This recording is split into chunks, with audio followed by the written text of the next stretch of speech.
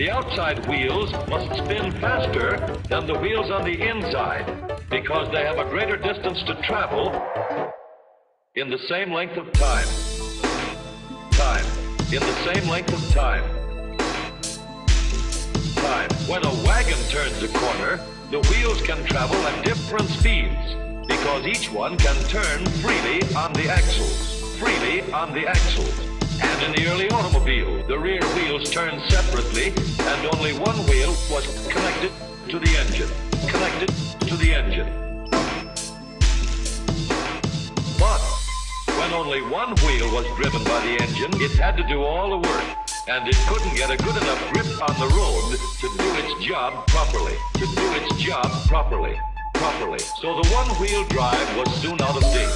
But if two wheels are locked on an axle so that they are not free to turn separately, one or the other has to slide. So engineers had to find a way to connect both rear wheels to the engine without sliding and slipping on turns. The device which makes this possible is a part of the rear axle. It is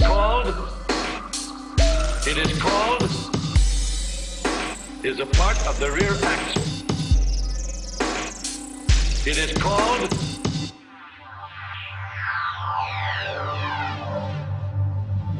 the differential.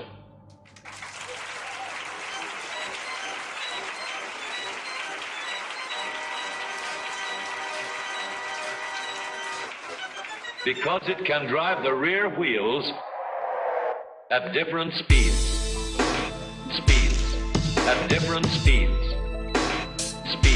The differential looks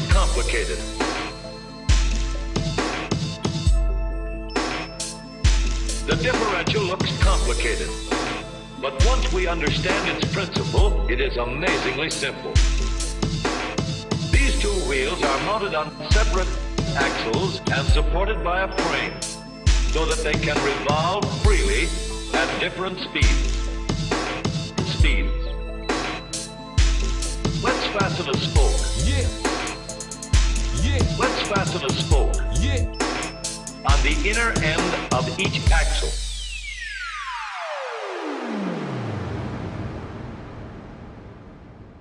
So that by turning the spokes, we can turn each wheel separately. With a bar or crosspiece, we can turn both wheels in the same direction at the same rate of speed. Let's get something to hold this bar in place so that it will press against the spokes. Notice that this support is not locked to the axle. It turns freely. Now, we can spin the wheels by rotating the support. This is fine. By rotating the support. This is fine. Spin the wheels by rotating the support. This is fine, as long as both wheels are able to turn at the same speed. But let's see what happens when we go around the corner. With this arrangement, we cannot drive one wheel faster than the other. And if we stop one wheel, the other wheel won't budge. Let's put this bar on a pivot so that it can swing in either direction. Now, the bar can still turn both wheels at the same speed. And because it pivots, it lets one wheel turn even when the other is stopped. But if turned too far, the bar will swing around until it won't drive the spokes that turn either wheel. We need another crossbar and more spokes to carry on the job.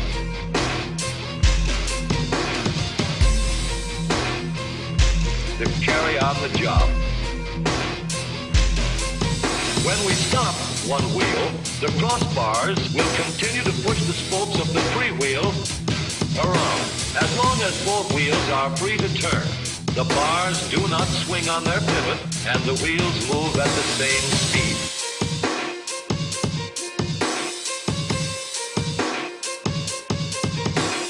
Now we have the working principles of a differential.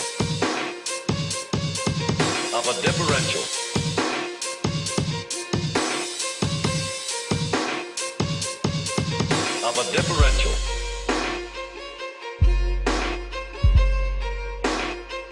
Of a differential.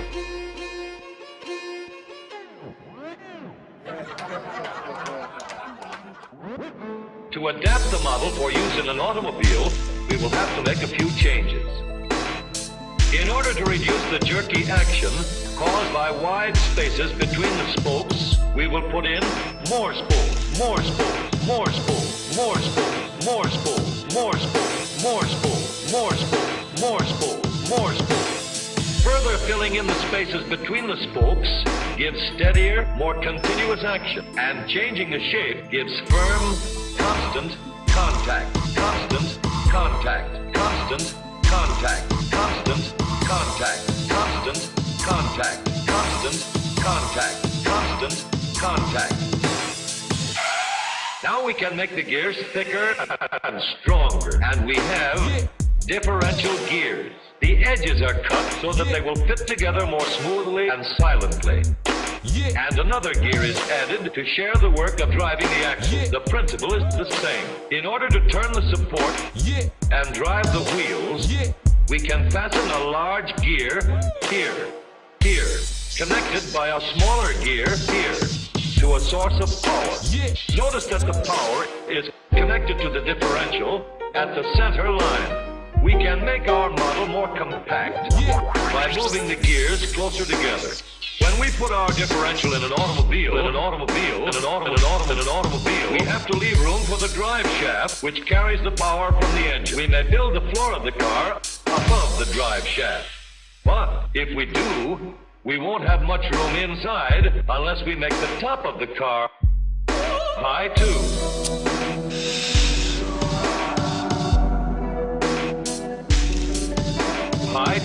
High two. We won't get high two.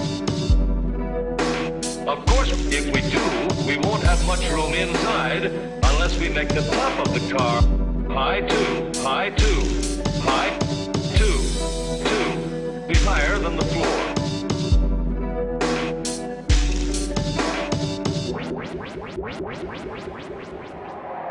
Of course, we could lower the floor and ceiling, but the drive shaft would be higher than the floor. This would have disadvantages. A shaft in the middle of the floor of an automobile would be inconvenient for passengers and would be awkward for carrying luggage.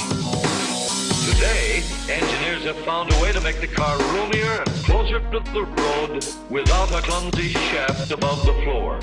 The drive shaft from the engine to the differential is lowered out of the way, and the drive shaft is connected to the rear axle at the bottom. The new low-center drive makes the rear axle quieter, stronger, and more durable because it gives better, smoother contact between the gears. The automobile of today with the low-center drive is stronger and more rugged.